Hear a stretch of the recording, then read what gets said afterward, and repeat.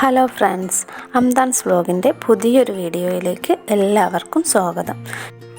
ഇന്ന് വളരെ സിമ്പിളായി ടേസ്റ്റി ആയിട്ടുള്ള തരിക്കഞ്ഞി ഉണ്ടാക്കുന്ന റെസിപ്പിയുമായിട്ടാണ് വന്നിട്ടുള്ളത്. നോമ്പ് കാലത്ത് ഒഴിച്ചുകൂടാൻ പറ്റാത്ത ഒരു ഐറ്റമാണല്ലോ തരിക്കഞ്ഞി കാച്ചിയതല്ലേ. അപ്പോൾ എല്ലാവർക്കും ഇഷ്ടപ്പെടുന്ന രീതിയിൽ സിമ്പിളായി എങ്ങനെ ഇത് തയ്യാറാക്കുന്നതെന്ന് നോക്കാം. അതിന് വേണ്ടിയിട്ട് നമ്മൾ കുറച്ച് സേമിയ എടുത്തിട്ടുണ്ട്. അതൊരു മിക്സിയുടെ ജാറിലേക്ക് ഇട്ട് ചെറുതായി ഒന്ന് പൊടിച്ചെടുക്കാം. ഇനി ഒരു പാത്രം അടുപ്പത്ത് വെച്ച് നമ്മൾ ക്രഷ് ചെയ്തെടുത്തിട്ടുള്ള സേമിയ അതിലേക്ക് ഇട്ട് കൊടുത്ത് ചെറിയൊരു ബ്രൗൺ നിറമാകുന്ന വരെ വറുത്തെടുക്കണം.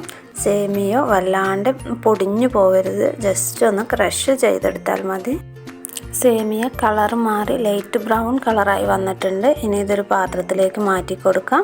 വീണ്ടും ഈ പാനിലേക്ക് തന്നെ കുറച്ച് ഒരു 2 ടേബിൾ സ്പൂണോളം റവ ചേർത്ത് അതുകൂടെ ഒന്ന് വറുത്തെടുക്കണം.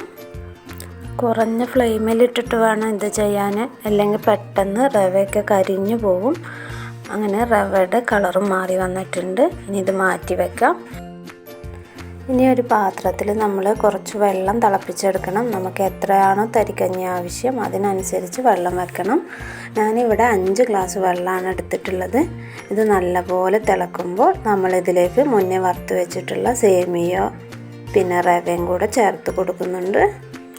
ഇത് നല്ലതുപോലെ ഇളക്കി ഒരു 2-3 മിനിറ്റ് വേവിക്കണം. അപ്പോഴേക്കും നമ്മുടെ സേമിയ റവയൊക്കെ നല്ലപോലെ വെന്ത് കിട്ടും. അതിലേക്ക് ഒരു നുള്ളു ഉപ്പ് കൂടെ ചേർത്ത് കൊടുക്കാം. റവ നല്ലപോലെ കുറുകി വന്നിട്ടുണ്ട്. ഇനി ഇതിലേക്ക് 1 ഗ്ലാസ് പാൽ കൂടെ ചേർത്ത് കൊടുക്കുന്നുണ്ട്. പാൽ തിളച്ച് വരുമ്പോൾ നമുക്ക് മധുരത്തിന് ആവശ്യമായിട്ടുള്ള പഞ്ചസാര കൂടെ ചേർത്ത് കൊടുക്കാം. ഇത് നല്ലപോലെ തിളച്ച് ചെറുതായി ഒന്ന് കുറുകി വരുമ്പോൾ ഇതിലേക്ക് കുറച്ച് ഏലക്ക പൊടിച്ചത് കൂടെ ചേർത്ത് കൊടുക്കുന്നുണ്ട്. ഇത് നന്നായി ഇളക്കി യോജിപ്പിച്ച ശേഷം നമുക്ക് മാറ്റി വെക്കാം.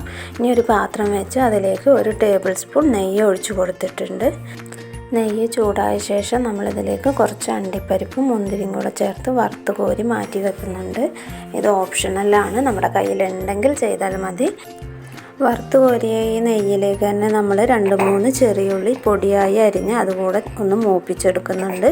ഇതിലേക്ക് നമുക്ക് വേണമെങ്കിൽ ഈ ടൈമിൽ 2-3 കറിവേപ്പിലയും കൂടെ ഇട്ട് കൊടുക്കാം. ഞാനിവിടെ ചേർക്കുന്നില്ല. ഇത് നല്ലപോലെ മൂത്ത് വരുമ്പോൾ നമ്മളിതിലേക്കൊരു സ്പെഷ്യൽ ഇൻഗ്രീഡിയൻറ്റ് ചേർക്കുന്നുണ്ട്. അതാണ് ഈ തരിക്കഞ്ഞിയുടെ ഹൈലൈറ്റ് എന്ന് പറയുന്നത്. അത് ചേർത്ത തരിക്കഞ്ഞിക്ക് നല്ല ടേസ്റ്റാണ്.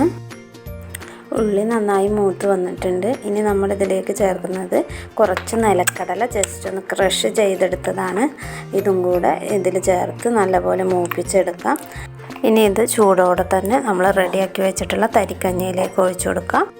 നമ്മൾ നേരത്തെ മാറ്റി വെച്ചിട്ടുള്ള അണ്ടിപ്പരിപ്പും മുന്തിരിയും കൂടെ ചേർത്ത് കൊടുക്കുന്നുണ്ട്. അപ്പോൾ നമ്മുടെ ടേസ്റ്റി ആയിട്ടുള്ള തരിക്കഞ്ഞി ഇവിടെ റെഡി ആയിട്ടുണ്ട്. കാണുമ്പോൾ നമുക്ക് ഇത് തിക്ക് കുറവുണ്ടെന്ന് തോന്നും, പക്ഷേ ഇത് ചൂടാറുമ്പോൾ പെർഫെക്റ്റ് ആയിട്ട് തന്നെ വരും. ചൂടാറിയ ശേഷം കണ്ടില്ലേ, നല്ല തിക്കായി നല്ല പെർഫെക്റ്റായി വന്നിട്ടുണ്ട്. അപ്പോൾ എല്ലാവരും ഇതുപോലെ ഒന്ന് ട്രൈ ചെയ്ത് നോക്കണം. ഇതിൽ നിലക്കടലയൊക്കെ കടിക്കുമ്പോൾ നല്ല ടേസ്റ്റാണ്. കുട്ടികൾക്കൊക്കെ തീർച്ചയായും ഇഷ്ടപ്പെടും. അപ്പോൾ എല്ലാവരും ട്രൈ ചെയ്ത് നോക്കി ഫീഡ്ബാക്ക് കമൻറ്റിൽ അറിയിക്കണേ. പുതിയൊരു വീഡിയോ ആയിട്ട് വീണ്ടും വരാം. അതുവരേക്കും ബായ്.